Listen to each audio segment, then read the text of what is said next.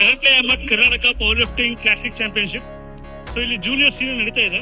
So ಇಲ್ಲಿ ಒಂದು suggestion ಏನು ಅಂದ್ರೆ ನನ್ನ ಕಡೆಯಿಂದ ಯಾರ್ಯಾರು ವೇಯಿಂಗ್ ಕೊಡ್ತಿದ್ದೀರಲ್ಲ, ನೀವು ಇನಿಷಿಯಲ್ ಅಟೆಂಪ್ಟ್ ಕೊಡ್ತಿರಲ್ಲ, ಸ್ವಲ್ಪ ಕಮ್ಮಿ ಕೊಡ್ಕೊಳ್ಳಿ.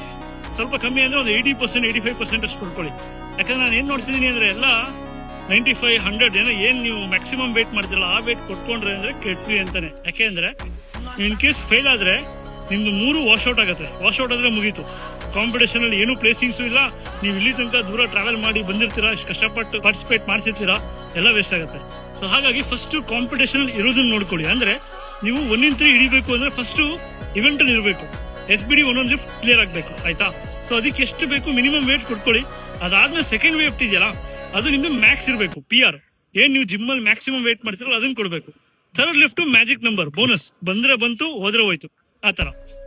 ಇದಾದ್ಮೇಲೆ ಕಾಂಪಿಟೇಷನ್ಸ್ ಅಲ್ಲಿ ಸ್ಕ್ವಾಟ್ ಅಲ್ಲಿ ಪ್ರಾಪರ್ ಆಗಿ ಡೆಪ್ತ್ ಹೊಡಿರಿ. ಅವ್ರು ಏನ್ ಕ್ವಶನ್ಸ್ ಹೇಳ್ತಾರೆ ಅದನ್ನ ಕೇಳ್ಕೊಂಡು ನೀಟಾಗಿ ಡೆಪ್ತ್ ಕ್ಲಿಯರ್ ಮಾಡಿ.